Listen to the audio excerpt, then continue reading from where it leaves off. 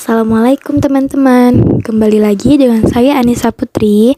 Baik, pada kesempatan kali ini saya akan menjelaskan tentang pendidikan kesehatan mengenai pertolongan pertama pada pasien DHF di rumah atau perawatan pada pasien DHF di rumah saja. Nah, kalian penasaran kan? Yuk langsung saja kita simak video berikut ini. Sebelumnya, apakah kalian sudah tahu apa yang dimaksud dengan DHF? Ya, DHF adalah dengue hemorrhagic fever atau demam berdarah, yaitu suatu penyakit yang disebabkan oleh nyamuk Aedes aegypti. Adapun tanda dan gejala jika kita terkena demam berdarah yaitu kita merasakan pusing, muntah, demam, mual, batuk kering, nyeri pada otot, sampai bahkan ada yang sampai peteki atau ruam merah pada kulit. Nah, setelah kita mengetahui tanda dan gejala kita terkena penyakit DBD, nah bagaimana selanjutnya yang harus kita lakukan? Ketika kita terlanjur terkena penyakit DBD di rumah, maka hal yang pertama harus yang dilakukan yaitu tirah baring selama demam. Yang dimaksud dengan tirah baring adalah kita harus bed rest total agar kita tidak merasa capek atau kelelahan karena beraktivitas. Selanjutnya, kita berikan obat paracetamol karena obat paracetamol berkhasiat sebagai analgetik dan antipiretik, yaitu untuk meredakan demam dan untuk meredakan nyeri.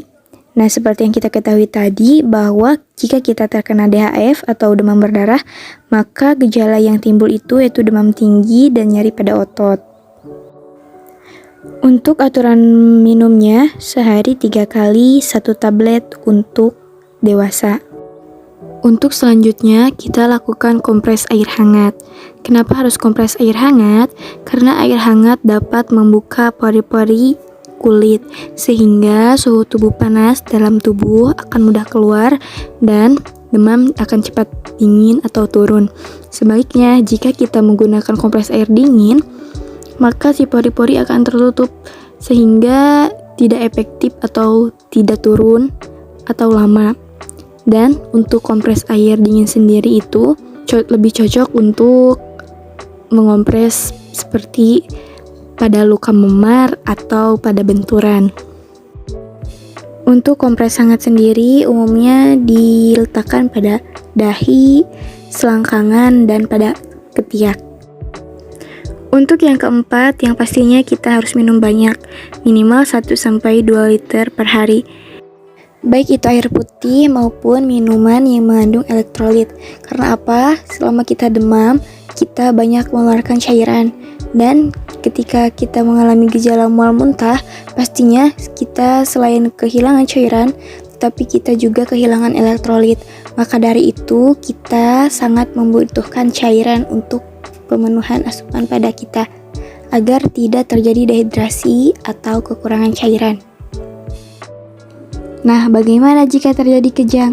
Maka kita longgarkan pakaiannya dan tidak memberikan sesuatu apapun pada mulut yang mengalami kejang. Pada saat kejang, maka tempatkan pasien atau orang tersebut di lantai dan jauhkan pada benda-benda tajam dan alasi kepalanya dengan bantal agar tidak terjadi cedera. Dan jangan pernah untuk menahan gerakan kejang karena kejang itu akan berhenti dengan sendirinya. Nah, dan jika dalam 2-3 hari panas tidak turun atau panas turun tetapi disertai timbulnya gejala dan tanda lanjut, maka segera dibawa berobat atau periksakan ke dokter atau bawa ke unit pelayanan kesehatan seperti puskesmas ataupun rumah sakit untuk dilakukan tindakan lebih lanjut. Dan perlu kita ketahui, kebanyakan dari kita ketika panas sudah turun, mereka menganggap bahwa penyakit ini sudah sembuh. Namun kebanyakan yang lengah karena jika tanda dan gejala masih ada, namun demam turun, itu tandanya si virus sedang berada pada puncak-puncaknya. Dan ketika kita lengah, maka si virus itu akan menyerang balik dan sehingga kita bahkan dapat menyebabkan seperti pendarahan, bahkan kematian. Setelah kita mengetahui bagaimana cara perawatan pada pasien DHF, namun alangkah baiknya kita melakukan pencegahan, yaitu pencegahan 3M+. Pertama, menguras dan menyikat.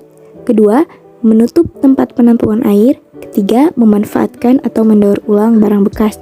Dan lebih baik lagi, kita memelihara ikan pemakan jentik nyamuk, menggunakan obat anti nyamuk, memasang kawat kasa pada jendela dan ventilasi, gotong royong membersihkan lingkungan, periksa tempat-tempat penampungan air, meletakkan pakaian bekas pakai ke dalam wadah tertutup, dan memberikan larvasida pada penampungan air yang susah dikuras, dan memperbaiki saluran dan talang air yang tidak lancar, serta menanam tanaman pengusir nyamuk.